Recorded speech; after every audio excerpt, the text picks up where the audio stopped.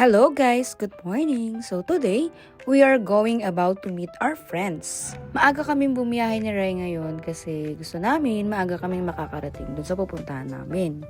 So yun, inaantay kami ng mga kaibigan namin kasi nauna silang bumiyahe sa amin. Pupunta nga pala kami ngayon sa DRT kung saan makikita ang sikat na puntahan ang Cafe Piat. Bago lang pala ito tinayo. Napakadali nga lang pala puntahan nito. Ilalagay nyo lang sa Waze yung Cafe Piat at doon na kayo dadali ni Waze.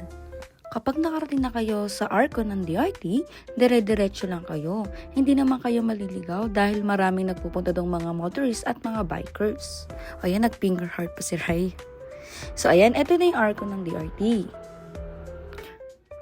Ang dami nagpipicture, no? Pero huminto muna kami dyan dahil magpipicture din kami.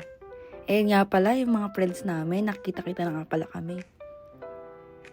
Hindi ko na nga pala na videohan yung pagpipicture namin dyan. Nakisuyo lang din kasi kami sa mga nagpipicture dyan eh. Andito na kami sa Cafe Fiat guys. Oo nga pala, yung dalawa dito, first time ko lang sila na-meet dahil katrabaho talaga sila ni Ryan. Meron pa kaming inaantay ng mga friends dyan, pero dahil medyo maaga pa, okay lang naman na inantay namin sila. While waiting for our orders, nagbibiruan sila dyan and ayun nga, tawa kami ng tawa. Alam niyo ba guys, nakaka-relax din yung ganito, yung makikipag-meet ka sa mga friends mo, na mga matagal mong hindi nakasama, nakakagaan ng kalooban talaga. At parang gusto mo na ulit magsimula yung buong taon mo ng masaya. Idagdag mo pa yung place, sobrang ganda talaga guys, nakaka-relax sa paningin. Tapos medyo mahangin pa dyan. Medyo malamig nga rin dyan eh. Feeling namin nasa Baguio kami. Pero sobrang nakaka-relax talaga guys. Dahil ang sarap ng hangin, ang lamig.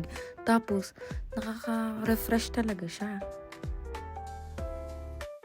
Oo, 120 ons. Ano sa'yo, pre? Alfonso. Alfonso.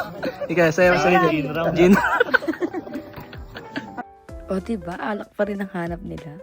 Pero breakfast talaga ang pinunta namin dyan at yung mga coffee nila. Medyo pricey lang pala guys, pero sulit naman kasi dahil sa place. Ito nga pala guys yung breakfast namin. Ang sarap guys, plus mo pa yung mga drinks na iniinom namin. Sulit din naman pala dito guys, kaya ako sa inyo, try nyo dito. Wala pa nga pala dyan yung ibang friends namin, so nauna na kami kumain kasi medyo late na sila dumating. At ito na nga pala, ito na iba naming friends dumating na rin dito after ng breakfast namin. Sabi ko kasi sa kanila magdikit-dikit sila para mapicturean ko sila, pero hindi nila alam, binibidyoan ko talaga sila. Alam niyo ba guys, ang kagandahan dito sa Cafe Piat, pet friendly sila, pwede nga kayo magdala ng mga aso at pusa dito eh. O diba meron pa silang tagabantay? So yun lang. Thank you for watching guys, have a good day!